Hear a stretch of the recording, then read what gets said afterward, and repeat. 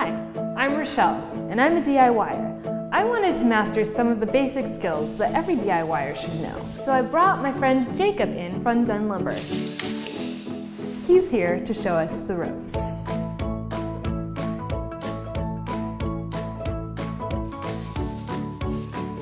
Sanding may be simple, but it's a super important step in any woodworking project.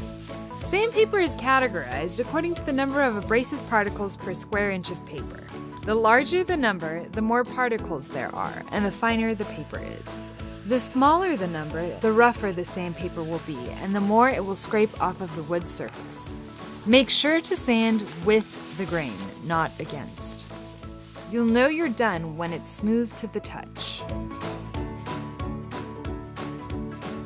Using a tape measure seems pretty straightforward, but one incorrect measurement could ruin a project. Here's a few basics to remember. A typical tape measure is broken down into feet and inches, many even as precise as a 1/16 or a 32nd of an inch. Be sure to factor in the metal clip at the end of the tape. Some manufacturers account for this by loosening the clip, but check anyway.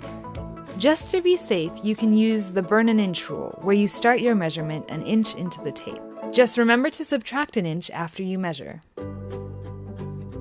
When working with wood, you'll often have to use a power drill to pre-drill screw holes. This prevents the wood from cracking and also gives a straight line for the screw to follow during assembly.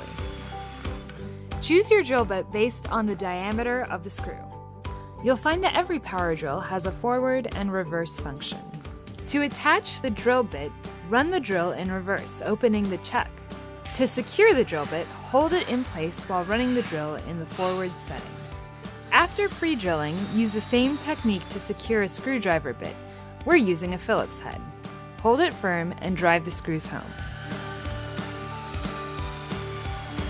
So we are ready to stain our project.